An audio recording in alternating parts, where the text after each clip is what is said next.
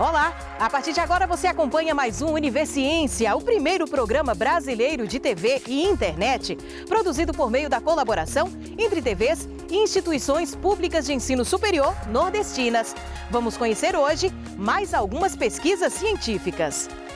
Confira uma pesquisa da Universidade Estadual do Rio Grande do Norte sobre os impactos ambientais causados pela implantação dos parques eólicos. Na Universidade Estadual do Piauí, um estudo a respeito do aumento do agente transmissor da leishmaniose. Na Universidade Estadual de Feira de Santana, o foco é no mapeamento, na classificação das plantas e no estudo dos componentes químicos das espécies.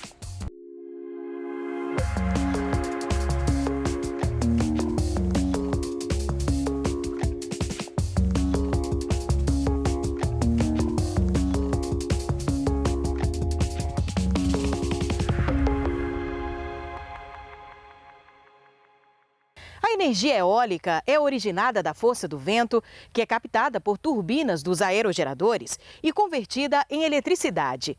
A tecnologia produz energia limpa, que permite reduzir as emissões de gases poluentes. Hoje, ela lidera a expansão das fontes de energias renováveis na geração elétrica mundial, junto com a energia solar. Mas quais são os impactos socioambientais gerados por esse sistema? É o que busca responder uma pesquisa da Universidade Estadual do Rio Grande do Norte.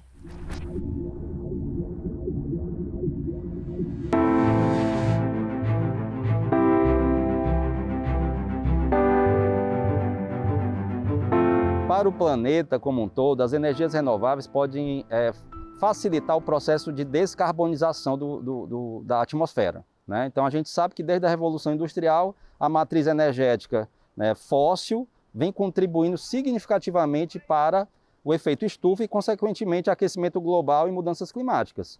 Então, o mundo hoje ele precisa enfrentar esse desafio no século XXI de reduzir as emissões de carbono para a atmosfera.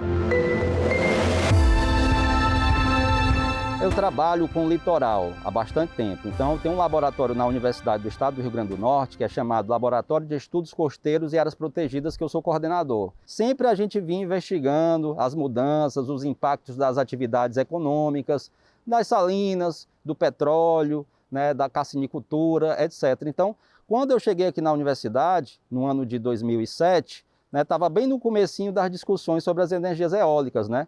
Em 2009, 2010, começaram os projetos a chegar no Rio Grande do Norte, principalmente no litoral setentrional, que é privilegiado, com ventos de melhor qualidade. Então, a partir daí, eu me interessei em estudar o assunto. As energias renováveis, do ponto de vista global, são muito bem vistas, são como energias limpas, né, vão ajudar a descarbonizar o planeta.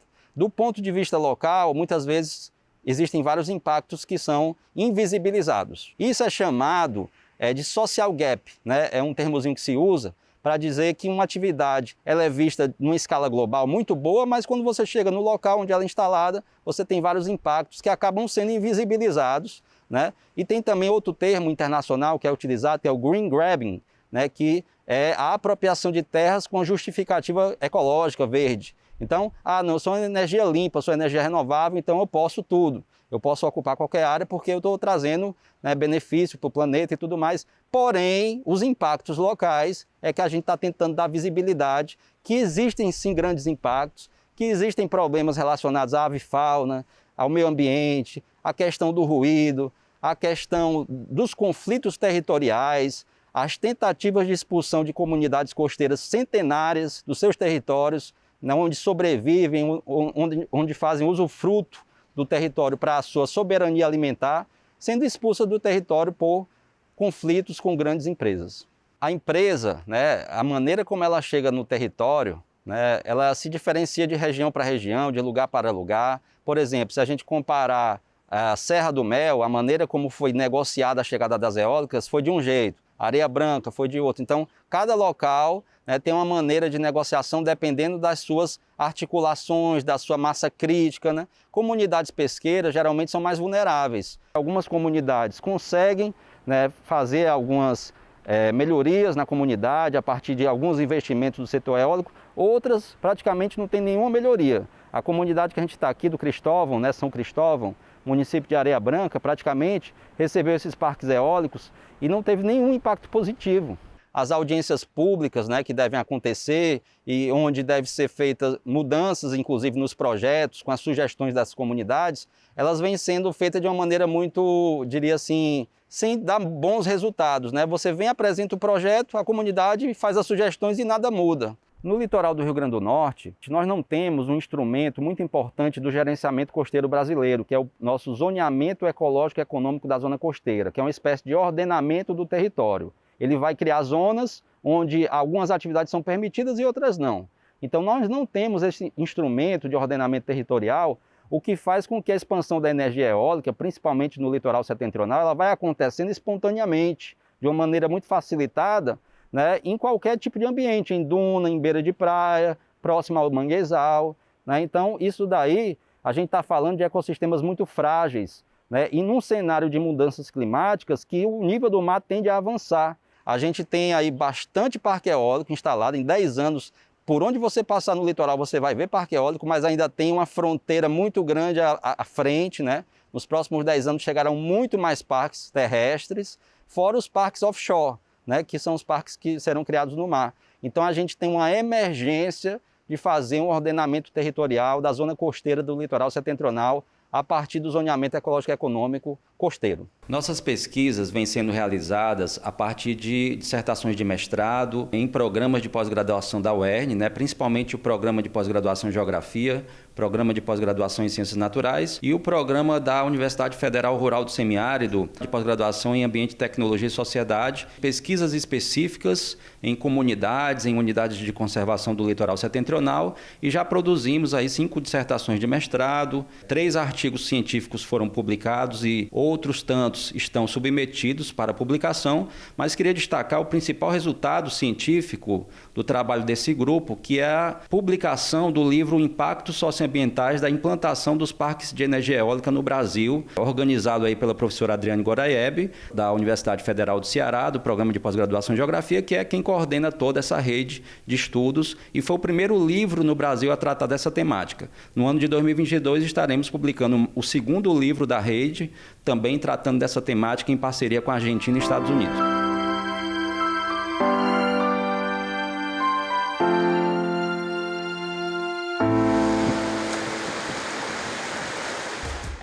Veja daqui a pouco um estudo da Universidade Estadual do Piauí para orientar a população e colaborar com órgãos de saúde em ações de políticas públicas no combate à leishmaniose.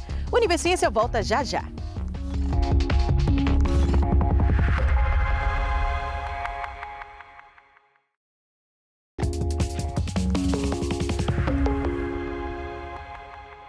Uma das doenças parasitárias que mais causa mortes no mundo é provocada pelo vetor da leishmaniose. E o protozoário é transmitido pelo mosquito palha, presente em todo o país. Cientistas da Universidade Estadual do Piauí estudam o que provoca a disseminação do agente causador da doença para orientar a população e colaborar com órgãos de saúde em ações de políticas públicas.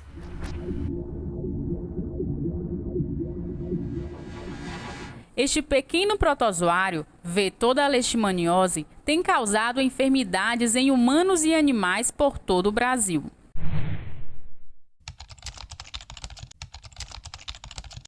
No Piauí, pesquisadores analisam a presença do mosquito palha para ajudar na prevenção e combate à segunda doença parasitária que mais mata no mundo.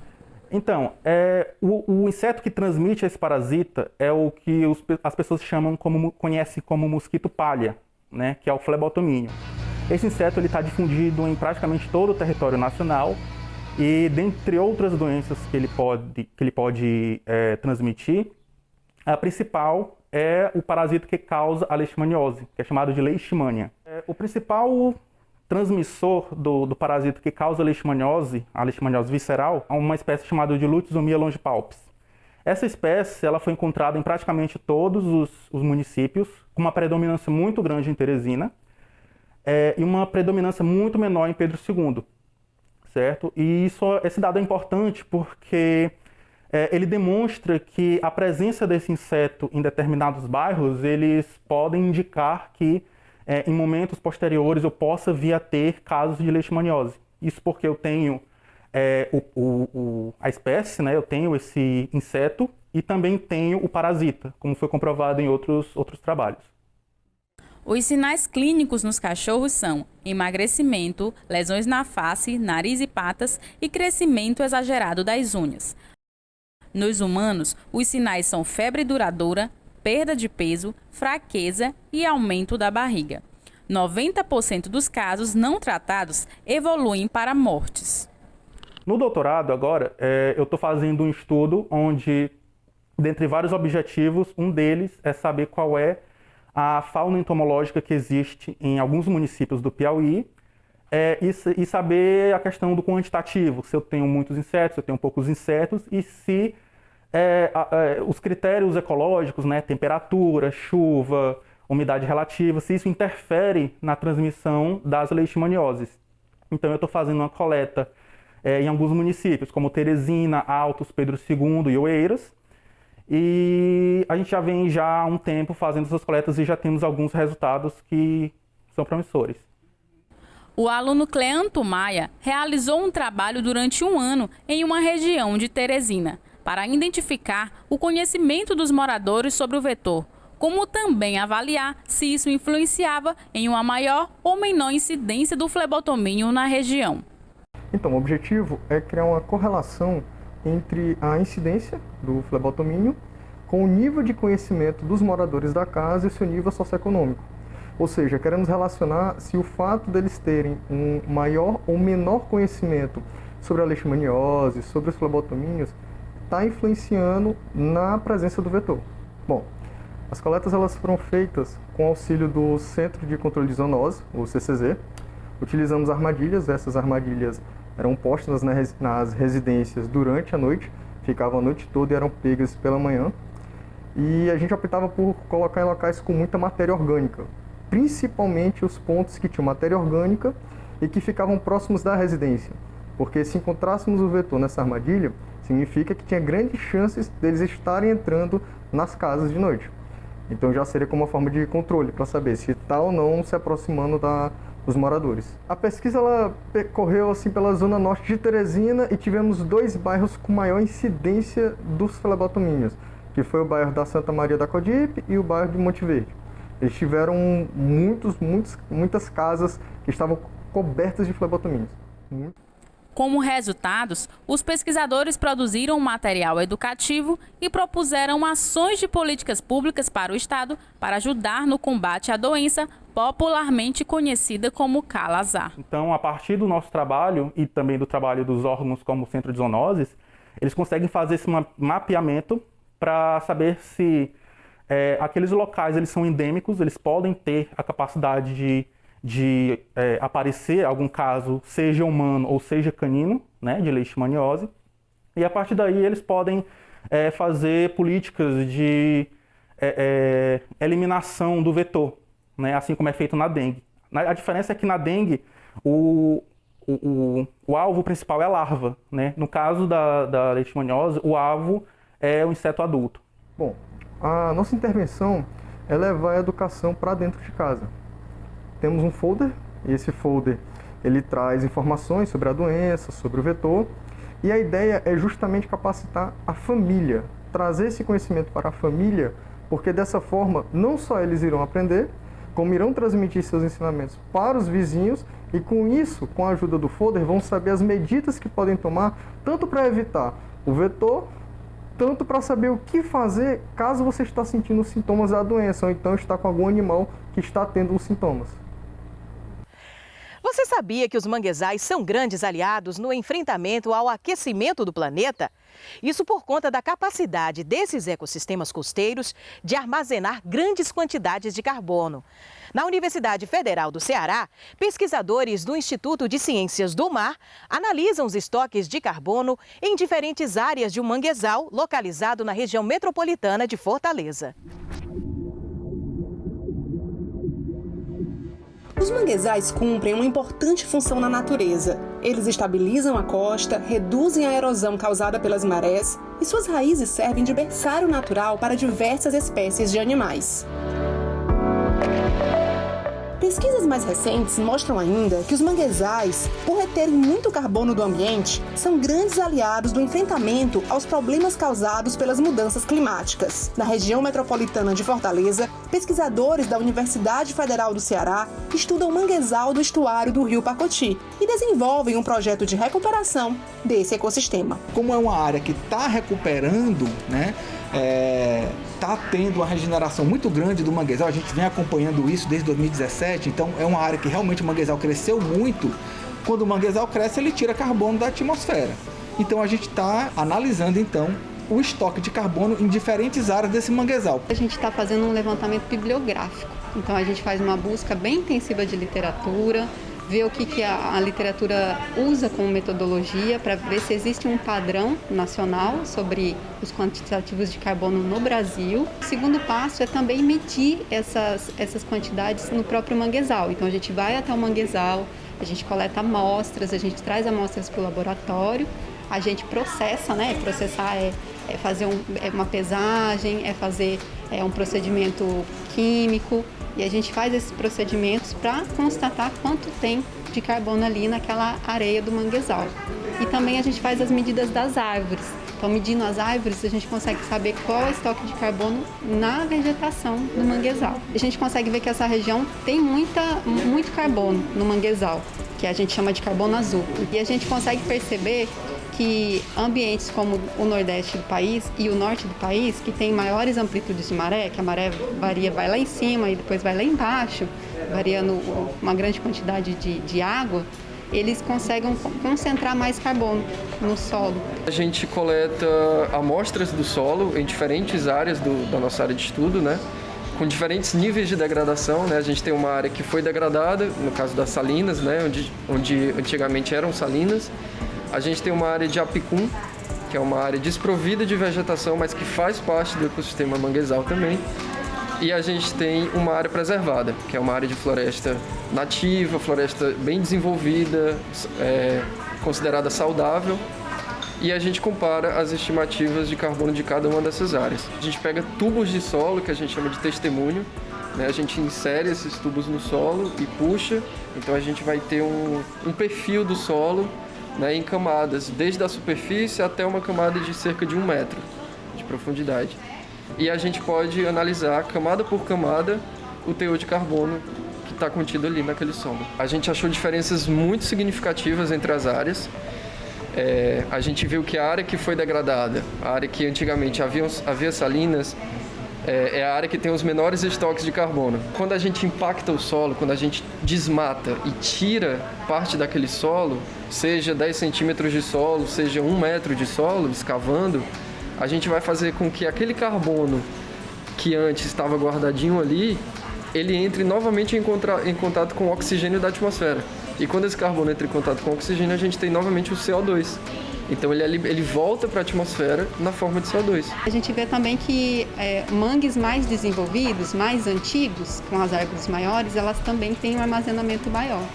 E aqui no Ceará, como tem o desenvolvimento da atividade da carcinocultura, a gente considera que é uma região que é também bastante estudada, porque esses ambientes, quando eles são os ambientes tanto de manguezais quanto de apicum, quando eles começam a ser degradados, quando eles têm a sua função alterada, eles passam a emitir quantidades de carbono. Então, eles começam a ser fonte de carbono, né? Isso diz muito do quanto que a gente precisa proteger e recuperar áreas degradadas. Essas plantas são aliadas, né, de toda a biosfera do planeta. Elas são grandes aliadas para manter o equilíbrio ecossistêmico e, consequentemente, para manter nossa qualidade de vida, né, para a nossa existência também.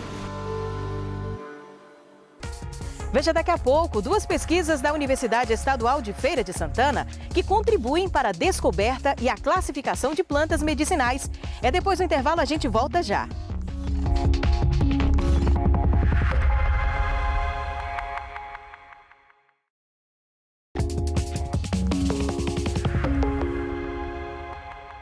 E agora vamos Vamos falar sobre 2 pesquisas realizadas na Universidade Estadual de Feira de Santana que prevêem o mapeamento, a classificação das plantas e o estudo dos componentes químicos das espécies. 3 processos interdependentes que contribuem para a descoberta e a classificação de plantas medicinais. Esse trabalho pode contribuir para a criação de medicamentos. O trabalho de pesquisa com plantas medicinais, ele envolve uma equipe multidisciplinar, ou seja, são vários profissionais de áreas correlatas. De acordo com a resolução mais recente, uma planta medicinal ela pode ser considerada qualquer planta, podendo ser cultivada ou não, que pode ser utilizada com propósitos terapêuticos. Então, é um conceito mais amplo e seria o mais recente que a gente tem. Outro profissional que também trabalha em conjunto com o botânico é o profissional da área de farmácia ou também profissionais da área de química. E são esses profissionais que vão conseguir extrair e identificar quais são os princípios ativos, ou seja, as substâncias químicas que vão atuar com determinadas ações medicinais. Nosso grupo depende justamente dessa parte, tanto de mapeamento como de identificação das plantas. Se a gente não contar com esse apoio na identificação correta das plantas, o trabalho que a gente faz aqui fica inviabilizado, principalmente pela identificação correta, a chamada identificação inequívoca da espécie que a gente trabalha. As coletas do nosso grupo, geralmente a gente faz aqui na própria unidade experimental do Horto Florestal, da UFS, em que a gente tem algumas plantas cultivadas, mas a gente utiliza principalmente coletas em ambientes externos. Geralmente, o local mais utilizado por nós para as coletas tem sido na Chapada Diamantina. Depois dessa etapa de coleta, a gente faz a secagem desse material, porque é importante secar, para a gente poder estabilizar o material. A gente retira a água, então as substâncias não se degradam, né? A gente não vai perder essas substâncias, e também a gente impede que micro-organismos se proliferem, como fungos, bactérias, né? Porque a gente vai retirar a água dali. Após essa retirada da água, a gente vai triturar esse material. Então, a gente vai ter um pozinho, que isso facilita esse processo de extração. Então, é como se fosse aquele sachêzinho de chá, né, que a gente tem a planta bem trituradinha. Depois disso, a gente coloca essa planta em contato com o solvente, e aí a gente pode utilizar vários solventes, como a própria água, né, o etanol, o metanol, para fazer esse processo de extrair as substâncias. De forma bem resumida, o que a gente faz, na verdade, é separar, isolar, identificar esses componentes. Esses componentes são chamados de metabólitos secundários ou metabólitos especiais. Então, a gente usa uma técnica mais geral conhecida como cromatografia, e dentro da cromatografia existem algumas subclassificações, como a cromatografia em coluna, camada delgada. A gente tem também aparelhos que são úteis na identificação desses metabólitos, conhecido como cromatógrafos a líquido de alta eficiência, em que a gente consegue separar um componente do outro e, a depender, a gente consegue identificar, ou depende ainda de técnicas espectroscópicas e espectrométricas, que a gente precisa mandar para outros locais para poder identificar esses componentes. Então, esse processo cromatográfico é um processo de separação que vai nos dar para a gente cada vez mais esse extrato sendo purificado. Então, se eu tinha inicialmente no extrato 500 substâncias, quando eu começo a fazer esse processo de purificação, eu vou reduzindo.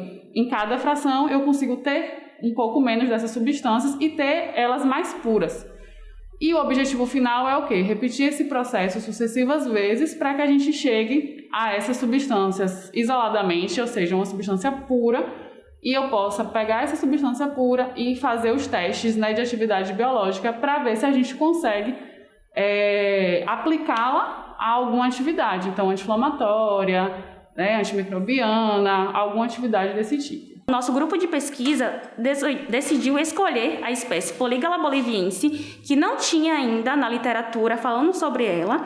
Então, tudo que se tem sobre ela é do nosso grupo de pesquisa e todos os resultados são inéditos. A polígala ela já é usada, né, na comunidade como expectorante e como anti-inflamatório. Mas isso era um uso sem comprovação química e científica. O que a gente está fazendo é pegando essa espécie, observando os compostos que tem e provando cientificamente os compostos que ela tem e as atividades farmacológicas que ela tem, que ela apresenta. O objetivo dessas pesquisas fitoquímicas seria o conhecimento da composição química, que pode trazer algum tipo de relação e benefício para esse tipo de utilização de plantas. Todo esse processo, toda essa cadeia, ela, além de envolver profissionais, envolver estudantes, envolver a universidade, ela pode também ser feita em parceria com a iniciativa privada, geralmente entre o início até a formulação de um medicamento, a gente tem longos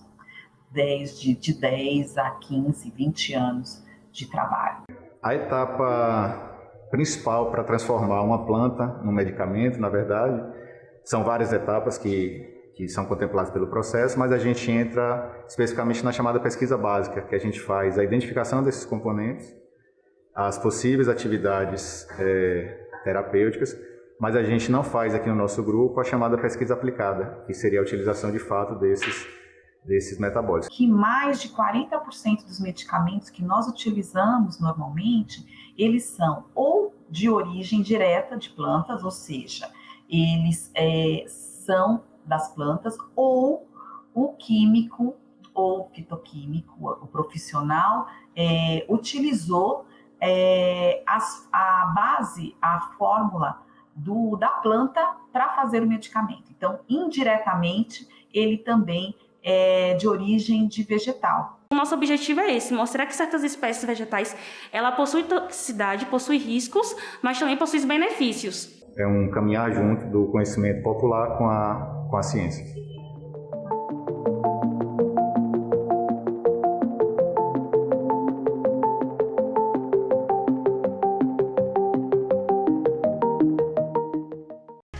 E por hoje é só, mas no nosso próximo programa a gente continua conhecendo as pesquisas científicas produzidas pelas instituições públicas de ensino superior do Nordeste. E se você tem alguma dúvida ou sugestão, envia para o nosso e-mail univesciencia@uesb.edu.br, que a gente explica por aqui num outro programa. Tchau, tchau e até lá!